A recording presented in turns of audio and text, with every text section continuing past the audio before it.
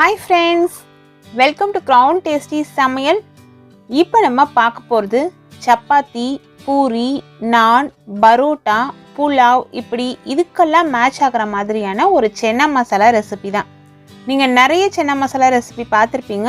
இருந்தாலும் இந்த மெத்தடில் செஞ்சு பாருங்கள். செய்யறதுக்கு ஈஸியாகவும் இருக்கும், அதே சமயத்தில் ரொம்ப டேஸ்டியாகவும் இருக்கும். வாங்க எப்படி செய்யுதுன்னு பார்க்கலாம். முதல்ல ஒரு ப்ரெஷர் பேன் எடுத்துக்கலாம். அந்த ப்ரெஷர் பேனில் 1 லிட்டர் அளவு தண்ணி சேர்த்துடலாம். தண்ணி சேர்த்துட்டு ஸ்டவ்வை சுவிட்ச் ஆன் பண்ணிவிட்டு அதில் 8 மணி நேரத்துலேருந்து 10 மணி நேரம் வரைக்கும் ஊற வச்சு நல்லா வாஷ் பண்ண வெள்ளை மூக்கடலை சேர்த்துக்கோங்க. பெரிய மூக்கடலை இது. இந்த மூக்கடலைக்கு தேவையான அளவு உப்பு 1 டீஸ்பூன் அளவுக்கு சேர்த்துடலாம். சேர்த்துட்டு இது ஹை ஃப்ளேம்லேயே இருக்கட்டும்.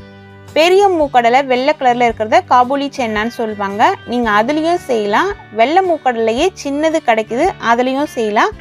கருப்பு கடலையிலையும் செய்யலாம். இப்போ மேலே நல்லா நுரப்பொங்க இது நல்லா கொதிச்சு வருது. இந்த சமயத்தில் ப்ரெஷர் குக்கரோட மூடியை சேர்த்துட்டு மேலே இந்த நாப் வழியாக காற்று ரிலீஸ் ஆகுதா அப்படிங்கிறத செக் பண்ணிவிட்டு வெயிட் போட்டுருங்க. இது நல்லா சாஃப்டாக வேகணும். நான் இன்னைக்கு 7 விசில் கொடுத்து சுவிட்ச் ஆஃப் பண்ண போகிறேன். அதற்கு நடுவில் இன்னொரு ஸ்டவ்வில் ஒரு கடாய் வச்சுட்டு கடாயில் கடலெண்ணெய் சேர்த்துக்கலாம். 2 டேபிள் ஸ்பூன் அளவுக்கு சேர்த்துக்கலாம் நம்ம. ஏன்னா சில பொருட்கள் எல்லாம் வறுத்து நம்ம அரைக்க போகிறோம். இது போல் வறுத்து அரைச்சி செய்யும் பொழுது ரொம்ப டேஸ்டியாக இருக்கும். நீங்கள் வேறு எந்த மசாலா பொருட்களுமே சேர்க்கணுன்றது கிடையாது. 1/2 டீஸ்பூன் அளவுக்கு மிளகு இதில் சேர்த்துக்கலாம். 1/2 டீஸ்பூன் அளவுக்கு சீரகம் இதில் சேர்த்துக்கலாம். இதெல்லாம் சேர்க்கும் பொழுது தீயை குறைச்சி வச்சுருங்க. அதற்கு அடுத்தது 1 டீஸ்பூன் அளவுக்கு சோம்பு, ஜாதி பத்திரி ஒரு 2-3 துண்டு, கிராம்பு ஒரு 2-3, அன்னாசி மொக்கு, கல்பாசி ஒரு 2 சின்ன துண்டு, ஒரு 2 துண்டு பட்டை இதெல்லாம் சேர்த்துக்கலாம். அதாவது உங்ககிட்ட ஸ்டார் ஆனிஸ் இருந்தால் அதையும் சேர்த்துக்கலாம். கரம் மசாலா பொருட்கள் என்னென்ன உங்ககிட்ட இருக்கோ அது எல்லாமே இதில் சேர்த்துக்கலாம். நான் இன்னைக்கு 400 கிராம் அளவுள்ள மூக்கடலை எடுத்திருக்கேன். அதற்கு உண்டான அளவு தான் சொல்கிறேன். நீங்கள் அளவை பாதியாக குறைச்சி செய்கிற மாதிரி இருந்தால் அதுக்கு ஏற்ற மாதிரி மசாலா பொருட்களோட அளவையும் குறைச்சிக்கோங்க. 1 இன்ச்சு நீளமுள்ள இஞ்சி தோலெல்லாம் எடுத்துகிட்டு ரஃப்பாக கட் பண்ணி எடுத்து சேர்த்துடலாம். இது சின்ன சின்ன பூண்டு பற்கள் அப்படிங்கிறதுனால நான் ஒரு 15-20 பூண்டு பற்கள் சேர்த்துருக்கேன். பெரிய பூண்டு பற்களாக இருந்தால் 5லேருந்து ஒரு 8க்குள்ளே நீங்கள் சேர்த்துக்கோங்க. சேர்த்துட்டு இது எல்லாத்தையும் தீயை குறைச்சி வச்சு வதக்கிக்கலாம். இந்த இஞ்சும் பூண்டும் இதனோட சேர்ந்து நல்லா வதங்கட்டும். இந்த மசாலா பொருட்களோட பச்சை மணம் எல்லாம் மாறணும். அது வரைக்கும் வதக்கிட்டு இதை இப்படியே ஆற விட்டுடுங்க.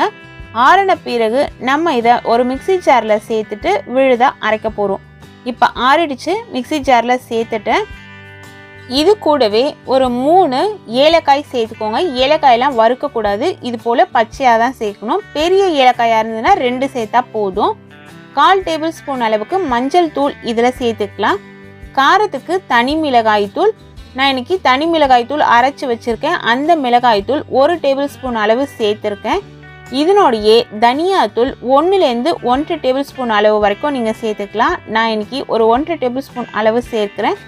சேர்த்து இது எல்லாத்தையும் தண்ணி விடாமல் இது போல் அரைச்சிக்கோங்க. அரைச்ச பிறகு கொஞ்சம் கொஞ்சமாக தண்ணி சேர்த்து மைய ஒரு விழுதாக அரைச்சிக்கணும். உங்களால் அம்மியில் அரைக்க முடியும்னா அம்மியில் அரைச்சிக்கிட்டிங்கன்னா இது ரொம்ப டேஸ்ட்டாக இருக்கும். இது போல் மைய விழுதாக அரைச்சி எடுத்துக்கோங்க. இப்போ நம்மளோட மசாலா ரெடி ஆயிடுச்சு. நம்ம வேக வச்சுருக்கோம் இல்லைங்களா மூக்கடலை, அது வெந்துருச்சான்றதை செக் பண்ணிக்கலாம்.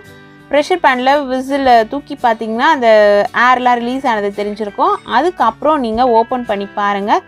எப்பொழுதுமே ஏர் ரிலீஸ் ஆகிடுச்சா அப்படிங்கிறத செக் பண்ணிவிட்டு அதுக்கப்புறம் ப்ரெஷர் பேனை ஓப்பன் பண்ணுங்கள். இப்போ பார்த்தீங்கன்னா மூக்கடலே நல்லா சாஃப்டாக வெந்திருக்கு. நம்ம கரண்டி வச்சு மசிக்கும் பொழுதோ இல்லை கையில் எடுத்து அழுத்தும் பொழுதோ அப்படியே சாஃப்டாக அது மசியணும். அது போல் சாஃப்டாக வேக வச்சு எடுத்துக்கிட்டு இதில் நம்ம அரைச்சி வச்சுருக்கோம் இல்லைங்களா மசாலா விழுது, அது எல்லாத்தையும் சேர்த்துக்கலாம். மூக்கடலை வேக வச்சு தண்ணியை கீழே கொட்டிட வேணாம். அதே தண்ணியில் தான் நம்ம இந்த மசாலா விழுதை சேர்க்குறோம். ஸ்டவ்வையும் சுவிட்ச் ஆன் பண்ணிக்கோங்க. ஸ்டவ்வை சுவிட்ச் ஆன் பண்ணிவிட்டு ஹை ஃப்ளேம்லேயே வச்சுக்கோங்க. இது பார்த்திங்கன்னா நான் முதல்ல 7 விசில் கொடுத்த இந்த மூக்கடலைக்கு இதனோடையே இதில் நல்ல பெரிய சைஸில் இருக்க வெங்காயம் 2 வெங்காயம் நான் சேர்க்குறேன்.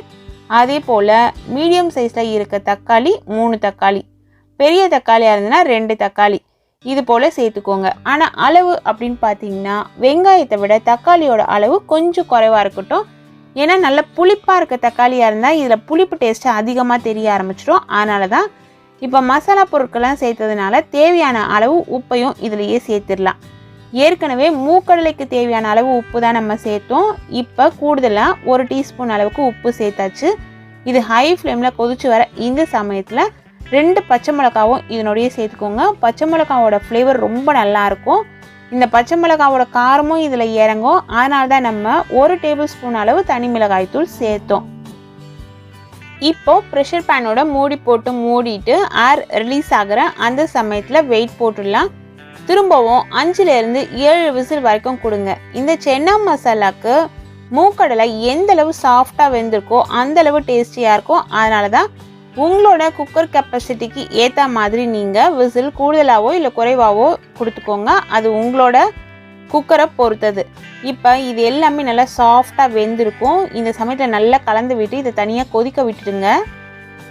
இது மீடியம் ஃப்ளேமில் நல்லா கொதிச்சுட்டே இருக்கட்டும். அதுக்குள்ளே நம்ம தேங்காயும் முந்திரி பருப்பும் சேர்த்து ஒரு விழுதாக அரைச்சிக்கலாம். அரை மூடி அளவு தேங்காயோட ஒரு 10 முந்திரி பருப்பு சேர்த்து இது போல் அரைச்சிட்டு அதுக்கப்புறம் கொஞ்சம் கொஞ்சமாக தண்ணி விட்டு மைய விழுதாக அரைச்சிக்கோங்க. முந்திரி பருப்பு இதில் அவசியம் சேர்க்கணும். நீங்கள் விருப்பப்பட்டால் கூடுதலாக கூட 5 முந்திரி பருப்பு சேர்த்துக்கலாம். அதே போல் ரொம்ப முத்தன தேங்காயும் எடுக்காதீங்க. அது கிரேவிக்கு நல்ல டேஸ்ட்டு கொடுக்காது. இது ஒரு கரெக்டான பக்குவத்தில் இருக்குது. நைஸாக அரைஞ்சி வந்துருச்சு. இப்போ நல்லா கொதிச்சுட்டு இருக்கு பார்த்தீங்களா கிரேவி, அதில் இந்த விழுதை எடுத்து சேர்த்துக்கலாம். கிரேவி நிறைய தண்ணியாக இருந்ததுன்னா அந்த சமயத்தில் விழுது சேர்க்காதீங்க. கொஞ்சம் தண்ணியெல்லாம் சுருங்குற வரைக்கும் வெயிட் பண்ணிவிட்டு அதுக்கப்புறம் சேருங்க. ஏன்னா இந்த தேங்காய் முந்திரி பருப்பு விழுது சேர்த்து நம்ம நிறைய நேரம் கொதிக்க வைக்க போகிறது கிடையாது. ஒரு 8லேருந்து 10 நிமிஷம் வரைக்கும் கொதிச்சா போதும். நீங்கள் தண்ணியாக இருக்குது கிரேவின்னும் போது இதை சேர்த்துட்டிங்கன்னா அது 10 நிமிஷத்துக்கு மேலே கொதிச்சதுன்னா தேங்காயிலேருந்து அந்த எண்ணெய் பிரிய ஆரம்பிச்சிடும். ஒரு டேஸ்ட் இருக்காது. தேங்காய் எண்ணெயோட அந்த ஃப்ளேவர் வர ஆரம்பிச்சிடும். அதனால கரெக்டான கன்சிஸ்டன்சியில் தேங்காய் முந்திரி பருப்பு விழுது சேர்த்துக்கோங்க. இப்போ 1 டேபிள் ஸ்பூன் அளவுக்கு நெய் சேர்க்கிறேன். நான் நெய் அவசியம் சேர்க்கணும். நெய் சேர்த்திங்கன்னா தான் அந்த ஃப்ளேவர் இதில் நல்லா எடுத்து கொடுக்கும்.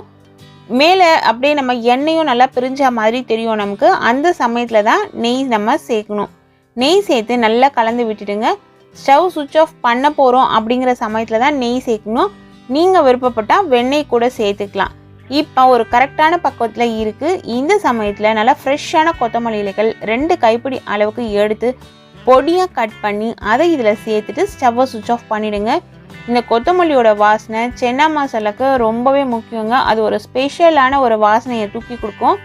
ஏன்னா நம்ம நார்த் இந்தியன் ஸ்டைலில் செய்யலை, நம்ம வீட்டில் செய்யக்கூடிய மெத்தடில் தான் செஞ்சுருக்கோம். அதனால் கொத்தமல்லி இலைகளோட அந்த ஃப்ளேவர் இதுக்கு ரொம்பவே முக்கியம். ரொம்ப டேஸ்டியான சென்னா மசாலா ரெசிபி ரெடி ஆயிடுச்சு. இது நீங்கள் சப்பாத்தி, பூரி, நான், ஃப்ரைட் ரைஸ், அதாவது நெய் சோறுலாம் செய்வோம் இல்லைங்களா, அது மட்டும் இல்லாமல் ஆனியன் ஃப்ரைட் ரைஸ்லாம் செய்வீங்க. அந்த மாதிரியான சாதம் வகைகள், தேங்காய் பால் சாதம், இதுக்கெல்லாம் இது ஒரு சூப்பர் காம்பினேஷனாக இருக்கும். நீங்களும் இதே அளவுகளோட உங்கள் வீட்டில் இந்த ரெசிபியை ட்ரை பண்ணி என்ஜாய் பண்ணுங்கள். இது போல் விதவிதமான ரெசிபிஸ் தெரிஞ்சுக்கணுன்னு நீங்கள் விருப்பப்பட்டீங்கன்னா நம்ம சேனலை தொடர்ந்து பாருங்கள். சுவையாக சமைச்சு சாப்பிட்டு ஹாப்பியாக இருங்க. Thank you friends.